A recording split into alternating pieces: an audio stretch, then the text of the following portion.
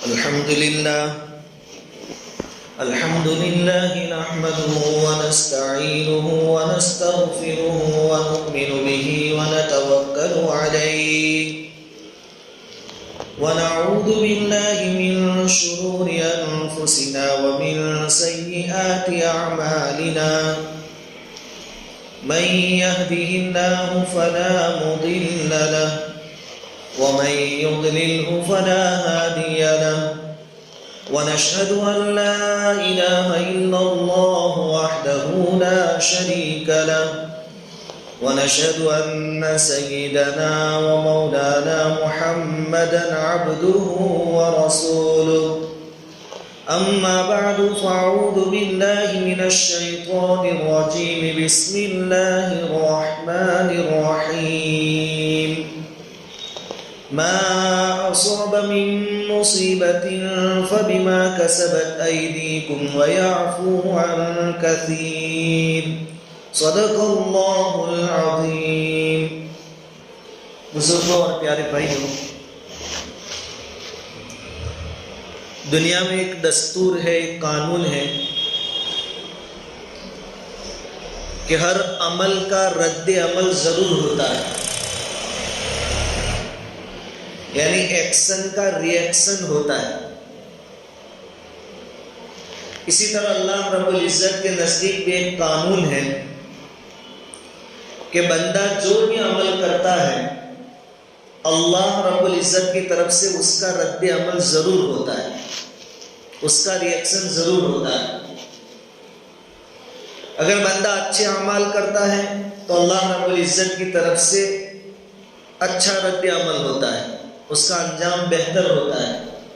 اور اگر بندہ گناہ کے کام کرتا ہے، اللہ کی ناراضگی والے کام کرتا ہے تو اس کا رد عمل بھی ویسا ہی ہوتا ہے، اللہ کی طرف سے پکڑ ہوتی ہے۔ جب بندہ گناہ کرتا ہے اللہ کی طرف سے پکڑ ہوتی ہے۔ گناہ کسے کہتے ہیں؟ اللہ رب العزت اور اس کے رسول صلی اللہ علیہ وسلم کی نافرمانی کرنے کو گناہ کہتے ہیں۔ اللہ اور اس کے رسول کی نافرمانی کرنا۔ گناہ دو طرح کا ہوتا ہے، ایک ہے ترک مأمورات، یعنی جن چیزوں کا حکم دیا گیا ان کو نہ کرنا۔ کہا گیا نماز پڑھو تو نہیں پڑھتا، روزے رکھو نہیں رکھتا، زکوٰۃ ادا کرو نہیں دیتا، لوگوں کے حقوق ادا کرو نہیں ادا کرتا۔ یہ ہے ترک مأمورات، یعنی جن چیزوں کے کرنے کو کہا گیا اس کو نہ کرنا۔ اور گناہ کی دوسری قسم ہے فعل محظورات، یعنی جن چیزوں سے روکا گیا ان کو کرنا۔ جھوٹ بولنے سے روکا گیا، اب آدمی جھوٹ بولتا ہے۔ چوری کرنے سے روکا گیا، آدمی چوری کرتا ہے۔ تو گناہ کی دو قسم۔ اور تعلق کے اعتبار سے علماء کرام نے گناہ کی 3 قسمیں بیان فرمائی۔ گناہ میں 3 کیٹیگریز ہیں۔ پہلی کیٹیگری ہے ذنوب شیطانیہ، یعنی وہ گناہ جس میں شیطان کا دخل ہوتا ہے، جیسے حسد کرنا شیطان کا کام ہے، اس نے حسد کیا تھا۔ بغض اور دشمنی کرنا یہ شیطان کا کام ہے، اس نے کیا تھا، آدم علیہ السلام سے بغض اور دشمنی۔ اپنے آپ کو بڑا سمجھنا، تکبر کرنا یہ شیطان کا کام ہے۔ تو یہ ہے ذنوب شیطانیہ، یعنی وہ گناہ جس کا تعلق شیطان کے ساتھ ہے۔ اور اس گناہ کا اینڈ، یعنی یہ گناہ آپ کو کہاں تک لے جا سکتے ہیں؟ علماء کرام نے بیان فرمایا کہ ذنوب شیطانیہ انسان کو شرک تک لے جاتے ہیں۔ آدمی متکبر ہو جاتا ہے، عجب میں، خود پسندی میں مبتلا ہو جاتا ہے، اپنے آپ سے کسی اور کو بڑا نہیں سمجھتا، پھر نہ کرنے کے کام کرتا ہے۔ تو ذنوب شیطانیہ کا اینڈ ہے شرک اور کفر۔ گناہ کی دوسری قسم ہے ذنوب سبعیہ، سبن کہتے ہیں درندوں کو، یعنی چیر پھاڑ کر کھا جانے والے جانور۔ ان کے اندر کیا صفت ہوتی ہے کہ وہ لوگ اپنی طاقت کا استعمال کرتے ہیں۔ بھائی ایک ہرن ہے، اس نے شیر کا کیا بگاڑا ہے؟ خرگوش نے کسی درندے کا کیا بگاڑا ہے؟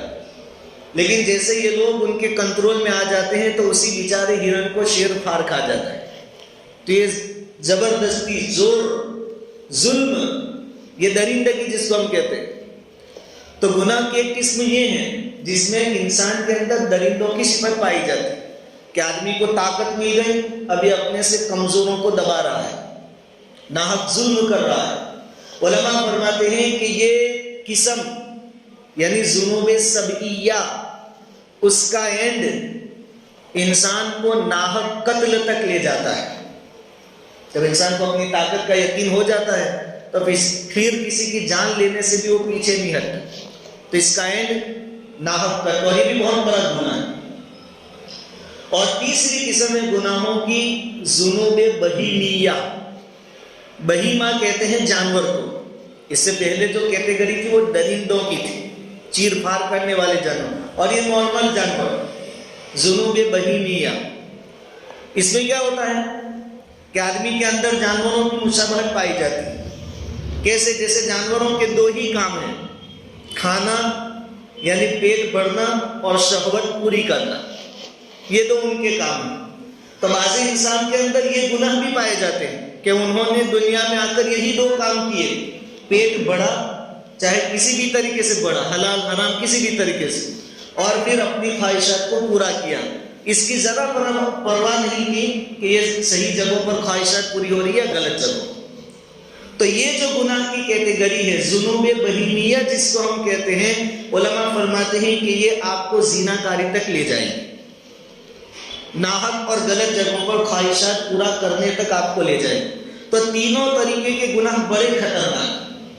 لیکن قرآن کریم اللہ رب العزت نے ایک ہی آیت کے اندر اپنے خاص بندوں کی صفتیں بیان فرمائی. اس کے اندر یہ تینوں گناہ کو بیان فرما دیا کہ میرے جو خاص بندے ہوتے ہیں وہ تینوں میں سے کوئی گناہ نہیں کرتے. والذین لا یدعون مع اللہ الہا آخر، شرک نہیں کرتے. ولا یقتلون النفس التي حرم اللہ الا بالحق، ناحق کسی کو قتل نہیں کرتے. ذنوب سبعیہ بھی نہیں پائے جاتے. ولا یزنون، زناکاری بھی نہیں کرتے. ایک ہی آیت میں اللہ تعالیٰ نے بیان فرما دی. تو جو اللہ کے سچے بندے ہوتے ہیں ان کے اندر یہ عادتیں نہیں ہوتی، یہ چیزیں ان کے اندر نہیں پائی جاتی. اب گناہ کا جو ریئیکشن آئے گا، رد عمل آئے گا اللہ کی طرف سے، آخرت میں تو ہے ہی، تو اس کا عذاب ہوگا. قرآن کی آیتوں میں اور احادیث میں پورے ذکر موجود ہے کہ کیا کون سے گناہ پر کون سا عذاب ہوگا. لیکن اس کا رد عمل دنیا میں بھی ہوتا ہے. علماء کرام نے دنیاوی نقصانات بتائے ہیں گناہوں کے، کہا کہ وہ 70 سے زیادہ نقصان ہے گناہوں. اس میں سے مختصر ہم 8-10 گناہ کے جو نقصان ہوتے ہیں دنیاوی وہ جانیں گے. پہلا نقصان ہے کہ گناہ کی وجہ سے انسان کا دل مردہ ہو جاتا ہے، اور یہ بہت بڑا نقصان ہے. وہ حدیث ہم بارہا سنتے ہیں کہ جب آدمی کوئی گناہ کرتا ہے، حضور صلی اللہ علیہ وسلم کا ارشاد ہے، تو اس کے دل پر ایک کالا نقطہ لگ جاتا ہے. اگر وہ توبہ کر لیتا ہے تو پھر وہ نقطہ دھل جاتا ہے، کالا پن ختم ہو جاتا ہے.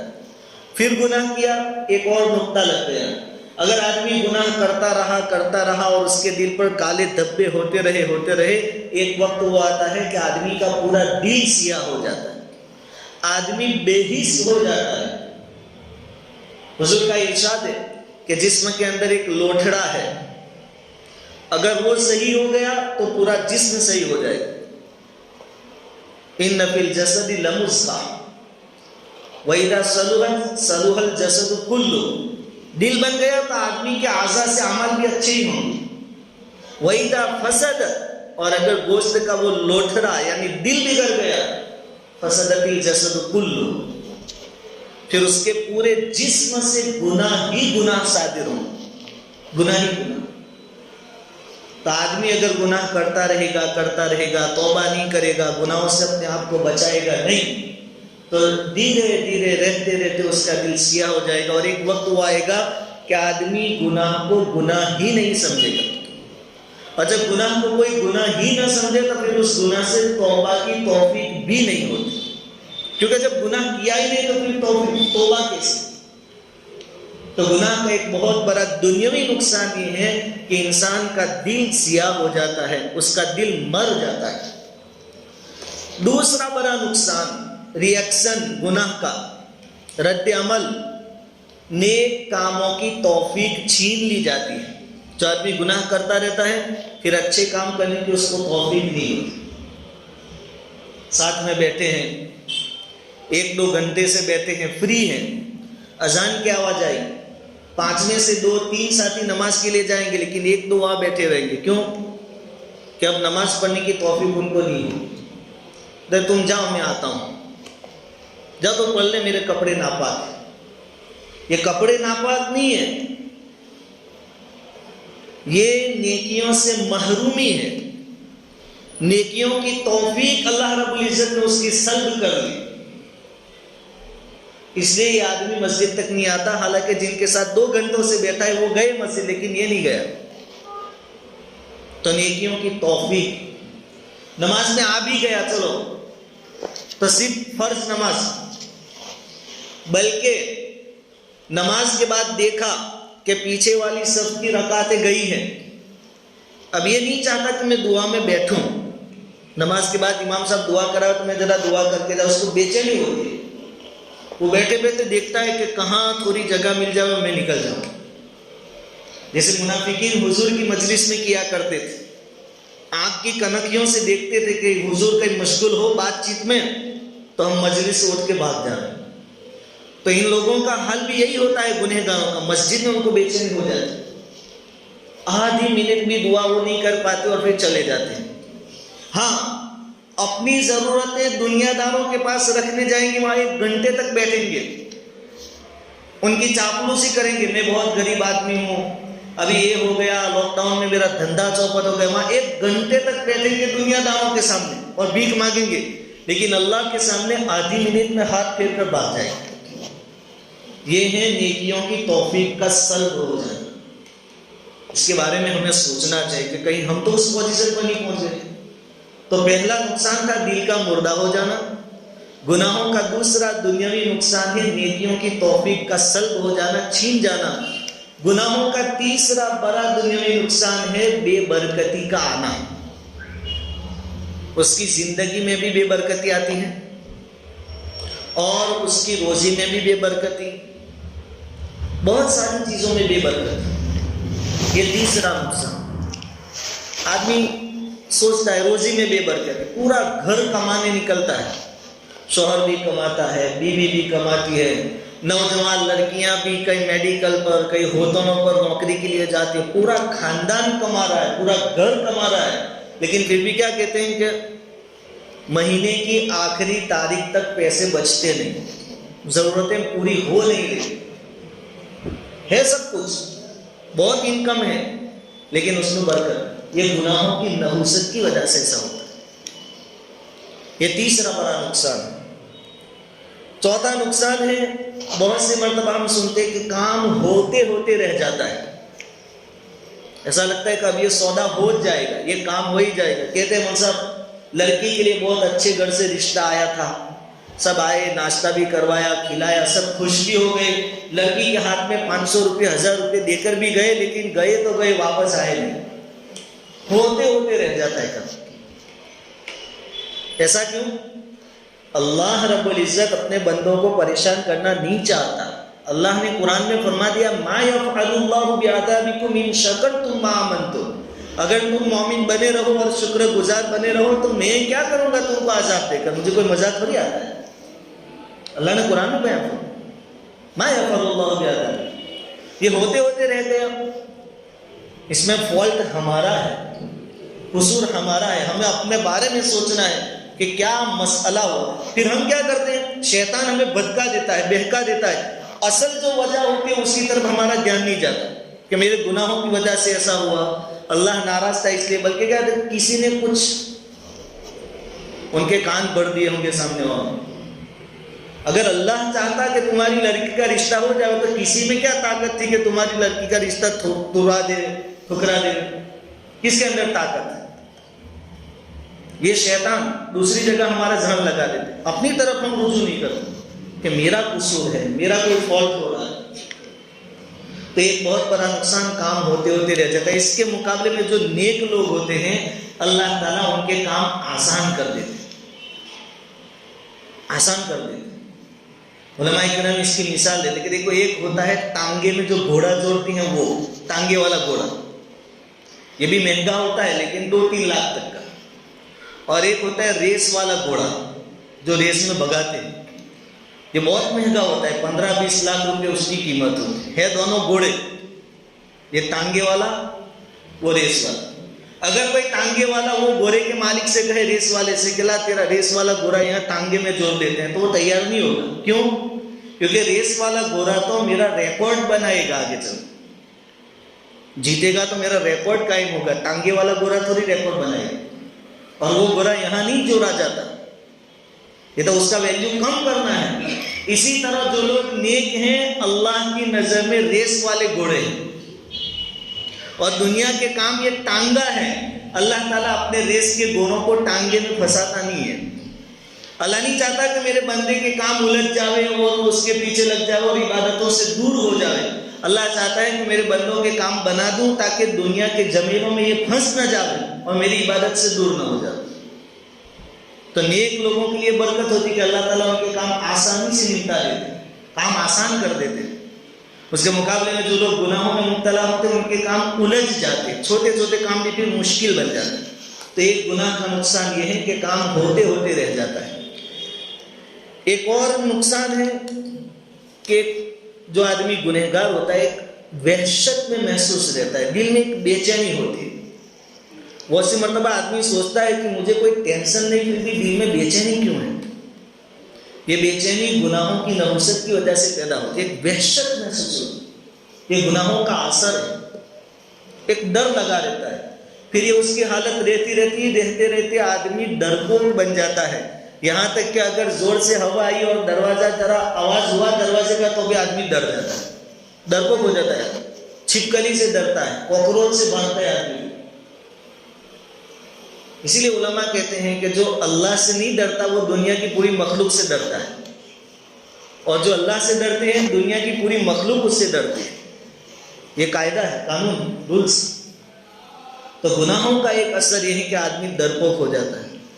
ایک اور چیز ہے کہ گناہوں کی وجہ سے، اس کی نحوست کی وجہ سے عبادتوں کی لذت ختم ہو جاتی ہے۔ آدمی عبادت تو کر لیتا ہے، مسجد میں آ جاتا ہے، نماز پڑھ لیتا ہے، قرآن بھی پڑھنے بیٹھ جاتا ہے، لیکن عبادت میں جو مزہ آنا چاہیے وہ مزہ اس کو نصیب نہیں ہے، لذت اللہ تعالیٰ چھین لیتے۔